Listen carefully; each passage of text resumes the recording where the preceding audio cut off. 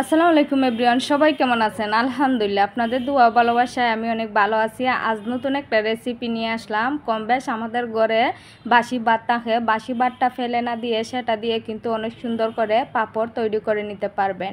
কোনো আটা, ময়দা বা চাউলের গুঁড়া দিয়ে আজকে পাঁপড় তৈরি করব না, শুধুমাত্র এক বাটি বাসি ভাত দিয়ে এত সুন্দর করে পাঁপড় তৈরি করব। প্লিজ চ্যানেলটা সাবস্ক্রাইব করবেন, লাইক কমেন্ট করবেন, ভিডিওটা শেয়ার দিয়ে পাশে থাকবেন।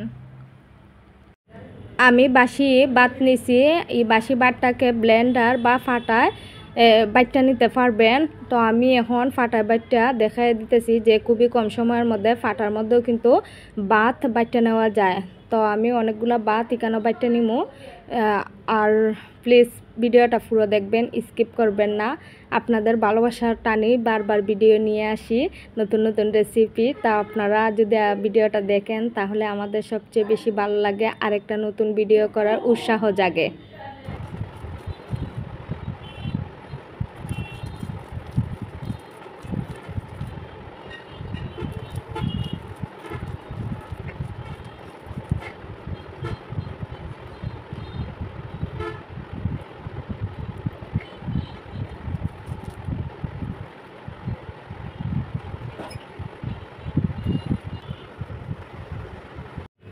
আমি একটা হাজ্যের মধ্যে ডিজাইন এঁকে নিছি আমার মন মতন করে। আপনারা চাইলে আপনাদের মন মতন করে ডিজাইন তৈরি করে নিতে পারবেন।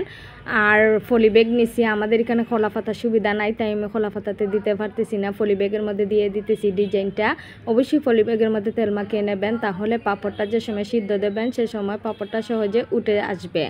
আর এখানে আপনাদেরকে 2-3টা পাঁপড় তৈরি করে আমি দেখিয়ে দিতেছি যে খুবই কম সময়ে এত সুস্বাদু মজাদার পাঁপড় তৈরি করে নিতে পারবেন শুধুমাত্র এক বাটি বাসি ভাত দিয়ে।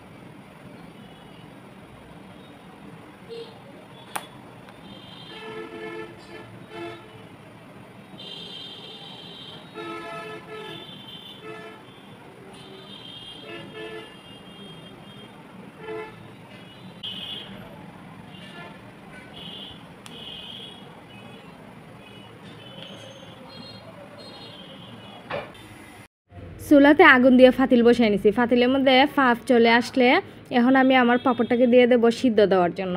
পাঁপড়টা সিদ্ধ দিতে তেমন একটা সময় লাগে না, 2-3 সেকেন্ড সময় লাগে পাঁপড়টা সিদ্ধ দিতে। আসসালামু আলাইকুম, সবাই ভালো থাকবেন। দেশের বাইরে থেকে যারা আমার ভিডিওটা দেখবেন তাদের সবার জন্য অনেক অনেক ভালোবাসা রইল। ইনশাল্লাহ অন্য একটা রেসিপি নিয়ে আসবো আপনাদের মাঝে আবারও।